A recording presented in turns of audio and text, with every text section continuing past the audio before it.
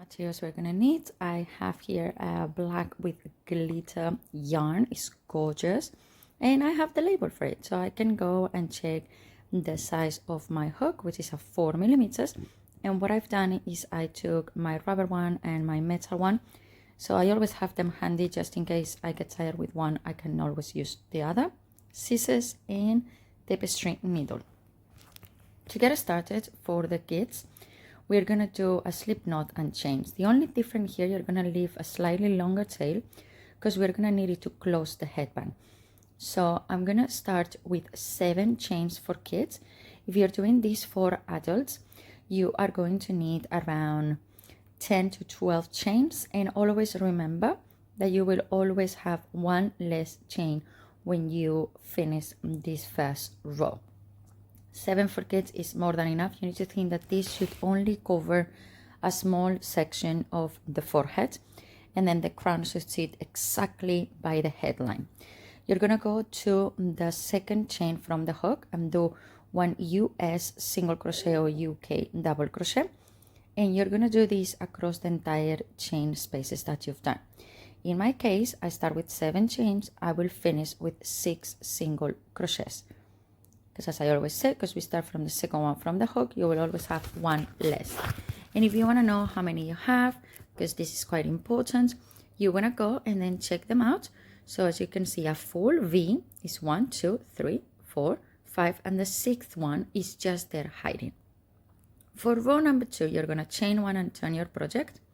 On the first one, you're going to take the full stitch and do 1 single crochet or double crochet if you're doing the UK terminology, and you will normally go and take the full stitch. Well, in this row and the next ones to come, you're only going to work on the back loop of your project. That means you're only going to take the back loop and then you're going to do your stitch in there. This is going to create texture. The only difference is that on the first and on the last, you're going to take the full stitch. Why?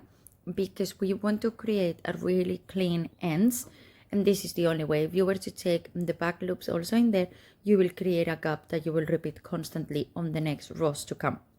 Now what you have to do is repeat this for as many rows as you need to.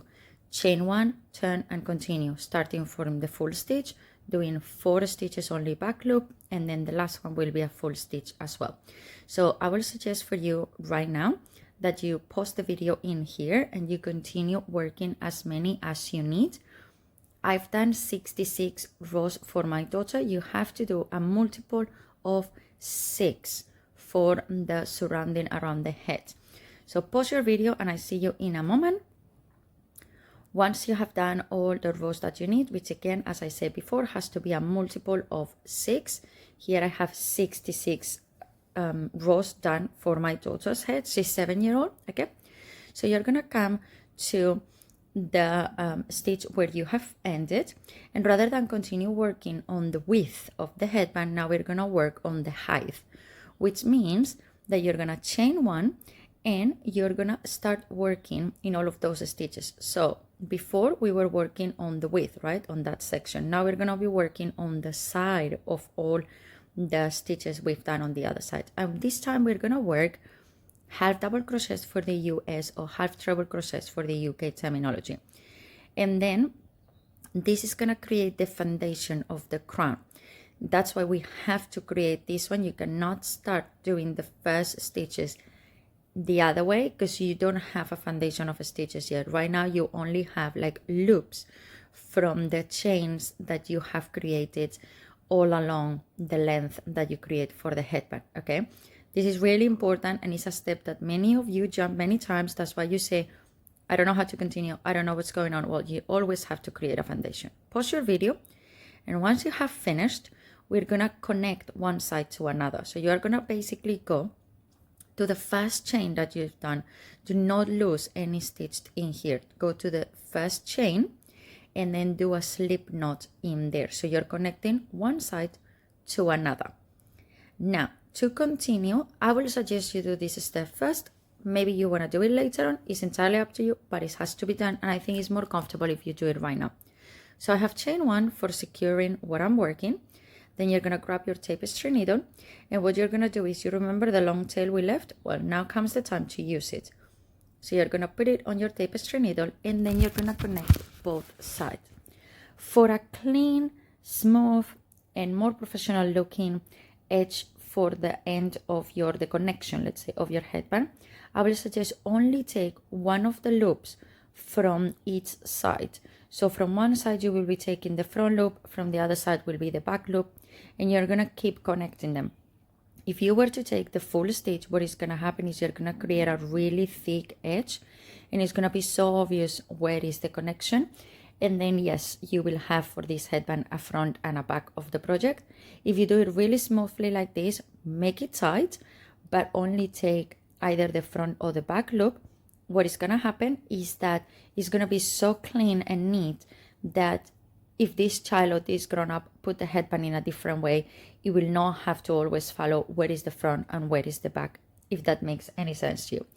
The only thing is on the last one, yes, in there you're gonna take the full stitch from both sides, make it twice if you must, to make it really tight and closed up. And then we're gonna do like usual. We are going to hide our tail around our project. Do not do any knots in here, because again, you're gonna create a really thick edge if you do that. Just make one full connection, pull it quite tight, and then go across your entire project of your stitches that you create for your headband, and then you hide it. By the way, congratulations, now you know how to do a headband. So if you were to stop in here and this is what you wanted, a simple headband, now you know how to do it, and it's so easy and quick. As you can see, it's only the amount of rows that you do. If you were to be doing only a headband, I will say you don't have to follow the multiple of 6 rows, but since we're going to be doing the shape of the crown, we need it because we need to make sure we have enough space for all the tips of the crown. Okay, now we're going to move to the next step, and then the next step, look, this is our stitch, right, that I'm taking in there, the full V.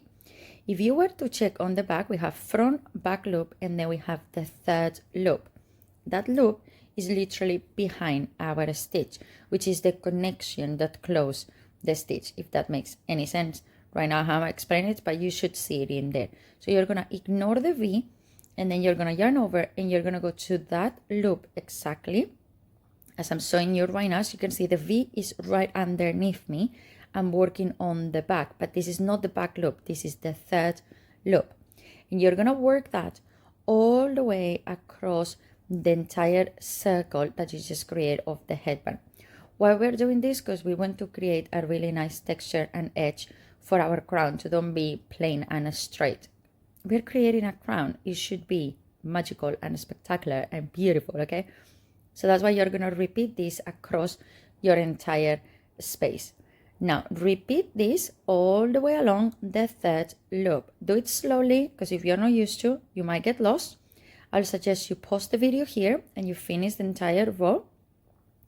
And once you have paused and are ready, you're gonna come to the first one that you've done, and you're going to slip stitch on the first one. Again, be really careful, do not take extra stitches because you're gonna need them for the crown. So to do that now, what we're gonna do is, first of all, we need to create a little bit more of height in our project, and we're gonna repeat row 3 and 4 of these stitches, doing the same, repeating row number 2, which remember is working on the third loop, which is the loop right behind. So always we're gonna be leaving the stitch on the front of us, facing us, and we're gonna take the loop behind us to work what in total will have been 3 rows. And once you've done that, you're ready to move to what it is, the crown shape. So again, pause the video here, do row number 3 and 4 on your own, and I see you in a moment. Look how beautiful this shape is right now. And then once you're ready, we're gonna start doing row number 5. So you're gonna skip 2 stitches, and then we're gonna do the shell stitch, which is going to be working 2 double crochets or 2 treble crochets if you are on the UK.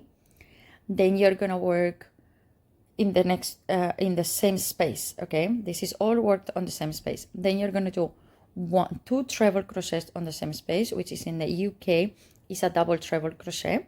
So twice. All of these shells are all in the same stitch space. Okay, Then after that, we're going to do the picot. And the picot is going to be, you're going to chain 3. So 1, 2, and 3. You're going to go to the bottom of those chain 3. And you're going to see there's 2 loops in there. Well, you're going to insert your hook on those 2 loops. And you are going to do a slip stitch in there. You're going to see that those 3 chains now, they become a picot. They become standing in there, right? And now you just have to repeat what you've done on the other side. So you're going to do 2 treble crochets and then 2 double crochets, or US terminology, if you're on the UK, is 2 double treble crochets or 2 treble crochets in the same space. So you're mirroring whatever it is that you've done on one side in the other, and then you should have the picot in the middle. This is how to do the crown shape. As you can see, it's really easy. The only thing right now is how to separate one side from another. So look at how beautiful it looks. You just have to repeat this all the way along. And what you're going to do now is you're going to skip 2 stitches, so 1 and 2. We're going to go to the third one. And on the third one, you're going to do 1 single crochet in the US or 1 double crochet on the UK to close your space. Now, you just have to skip 2. And you're going to repeat again how to do this shell, which one more time is US terminology, 2 double crochets, 2 treble crochets, picot, which is 3 chains and slip stitch at the bottom of the chains, then 2 treble crochets and 2 double crochets, skip 2 stitches and single crochet. If you are in the UK, is 2 treble crochets, 2 double treble crochets, picot, which is 3 chains and a slip stitch on the bottom, 2 double treble crochets, 2 treble crochets, skip 2 and 1 double crochet.